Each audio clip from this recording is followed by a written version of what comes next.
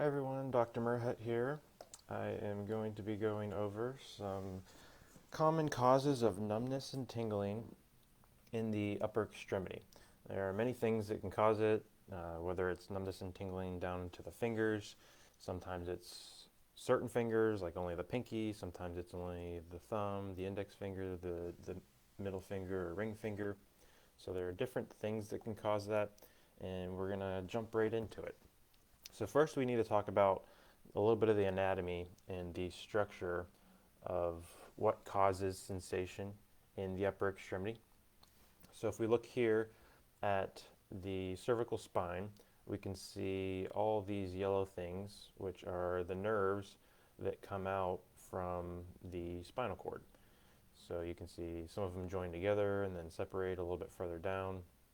But each level, C1 through all the way through C7, each has nerve roots that come out on both sides. Once those nerve roots come out on both sides, you can see here in this next picture, it forms a network of nerves, which is called the brachial plexus. So all these nerves together actually kind of form different nerves that go down into the arm. So multiple levels form one nerve that goes down the side, one nerve that goes down the middle, and one nerve that goes down to the back. And those are the median nerve, the ulnar nerve, and the radial nerve. And those three nerves are primarily the three nerves that supply most of the muscles as well as most of the skin. So for sensation, all the way from the upper extremity down into the fingers.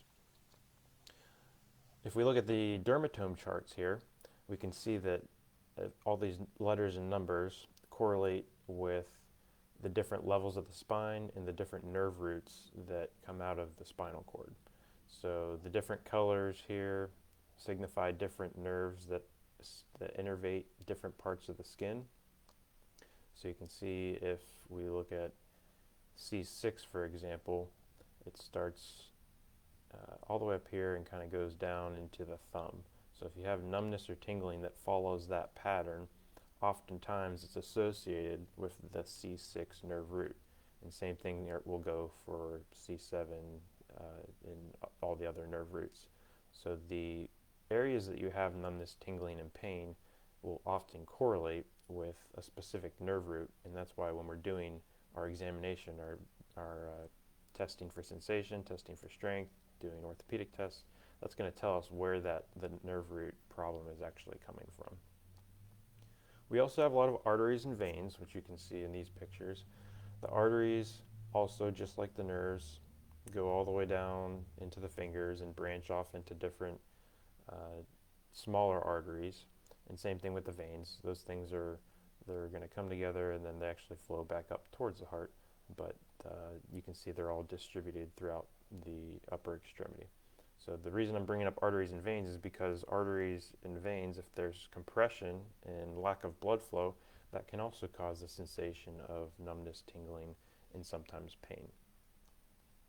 So some of the most common things that we see that causes the numbness, tingling, and pain, one of the number one is a disc bulge. So if we look at here, this disc bulge protruding out, it's actually compressing and causing inflammation and irritation to these nerve roots coming out of the spine. So when we looked at that first picture, these nerves that come out of the spine are those nerve roots, and those go all the way down into the fingers. So if there's irritation here at the spinal level, then that can translate all the way down into the forearm, the hand, and even into the fingers. This picture also shows osteophytes, and osteophytes are simply kind of another way to describe degeneration of the bone around the area. So when there's degeneration, sometimes there's bony spurs that form on different sides of the vertebra. Those bony spurs can also cause a decrease of space within the spinal canal or the foramina where the nerve roots come out, and that can cause some irritation, some pressure, some inflammation around those nerve roots, arteries, and veins that can also cause that numbness, tingling, and pain down into the arm. This picture on the right shows it from a different cut where you can see the disc protruding backwards and compressing and inflaming around that nerve root and even spinal cord that will eventually go down into the arm and hand. Another common one that we see is something that's called thoracic outlet syndrome. With thoracic outlet syndrome, it pretty much means that there are certain areas where nerves, arteries, or veins can be compressed. And if we have a compression of the nerve, artery, or vein, then it can cause the numbness, tingling sensations as well as pain. There are a couple different areas with thoracic outlet syndrome that the nerve, artery, and vein can be compressed. So first, let's look right at the spine. You can see the yellow things are the nerve roots coming out. Then we have the muscles right across on the sides of the spine. These muscles are the scalene muscles specifically, and the brachial plexus comes out in between those scalene muscles. So if we have tightness in the scalenes, those can compress the brachial plexus as well as some of the arteries and veins, and that alone can cause numbness and tingling down into the arm. So the scalene muscles or muscles can cause compression. Another muscular compression, if we look at the picture on the right, is this pec minor muscle. So the pec minor attaches to the ribs and then also up to the shoulder blade.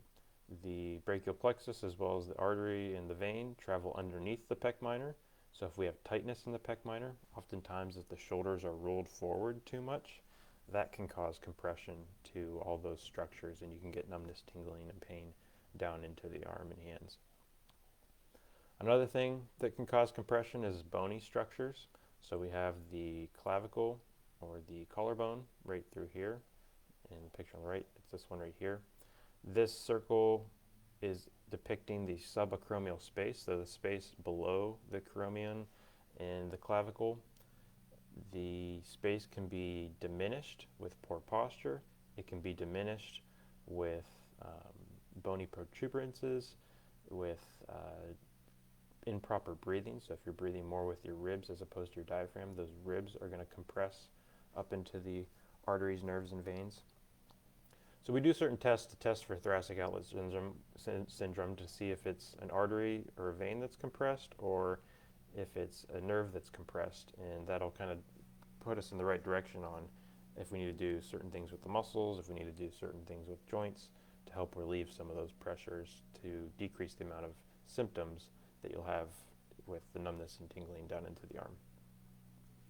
Another common one that we see is carpal tunnel syndrome, and if we look at the carpal tunnel here, you can see that there are these white things, which are tendons that go through the carpal tunnel.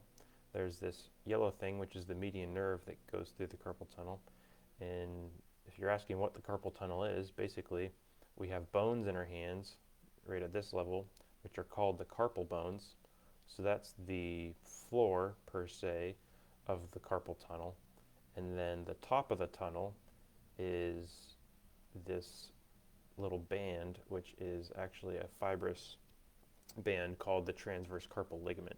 So this transverse carpal ligament is the roof, the carpal bones are the floor, and then the contents that travel through the carpal tunnel are these tendons as well as this artery, or these arteries. Over here in this picture you can see the arteries, and then specifically this median nerve. So the median nerve travels through there. So if people have numbness and tingling, as you can see where this blue is, in these first 3.5 fingers, then there's compression of that nerve at this level in the carpal tunnel. Now that compression can happen because of a lot of inflammation, so pregnant ladies that have a lot of fluid retention, or someone that's obese that has a lot of fluid retention, that can cause compression and that space closes up, so there's irritation to that nerve, which causes that numbness and tingling into the hand. It can also be a vitamin deficiency, nutritional deficiency that can cause the carpal tunnel-like symptoms. And but one of the more common ones is the actual compression, whether it's from the carpal bones compressing upwards, or fluid filling the area causing compression, or even this transverse carpal ligament, the band being a little extra tight, causing the irritation to that nerve. Now we have carpal tunnel syndrome, and we also have something that some people may not have heard of, which is called cubital tunnel syndrome.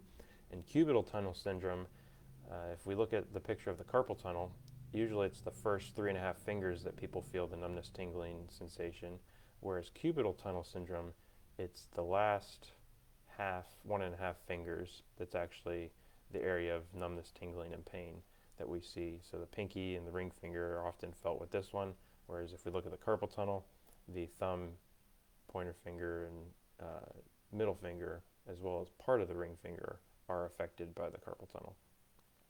So the cubital tunnel syndrome, we talked about the carpal tunnel. The cubital tunnel is actually an area in the elbow, right here on the inside of the elbow, where this ulnar nerve travels through. So if there's compression, whether it's muscle compression or the fibrous tendons and ligaments that are over this area, if that compresses the nerve, then that'll cause symptoms down into the fingers where it's a numbness or tingling sensation. This nerve also can sometimes snap in and out of that area if the ligaments are loose or if there's ligament damage. So like a baseball player that has to go through a Tommy John surgery, oftentimes they'll get those sensations down into the fingers because of the laxity at the elbow that's created from the overstress of pitching on the inside of the elbow. So as you can see, there are lots of things: arteries, nerves, veins, muscles, joints, bones. All those things can affect and cause numbness, tingling, and sometimes even pain into the upper extremity. So we look at the neck, we look at the area where the shoulders are and the ribs, the clavicle, and then we also look at the area in the upper extremity where the biceps, triceps, elbow, carpal tunnel, all those areas from head all the way down to the fingertips can affect and cause the numbness and tingling. So as you can see, there's a lot of things that can cause it. So because of it being so many different things that can cause it, it's important that we do an examination to determine what the actual cause is of those symptoms, and then it's a lot easier to treat from there. So if you have any questions that I didn't answer or didn't cover about numbness and tingling in the upper extremity, feel free to comment in the comment section, and I will get to those and answer those after the conclusion of the video. But if there's anything else related to numbness and tingling in the upper extremity that you want to know more about, I'm happy to go over that. You can even create another video later on. Similar things are going to happen in the lower extremity with numbness, tingling, that I can also create another video. There was some interest on the lower extremity that we can go over at another time. But I'm Dr. Merhaut, and enjoy the rest of your day.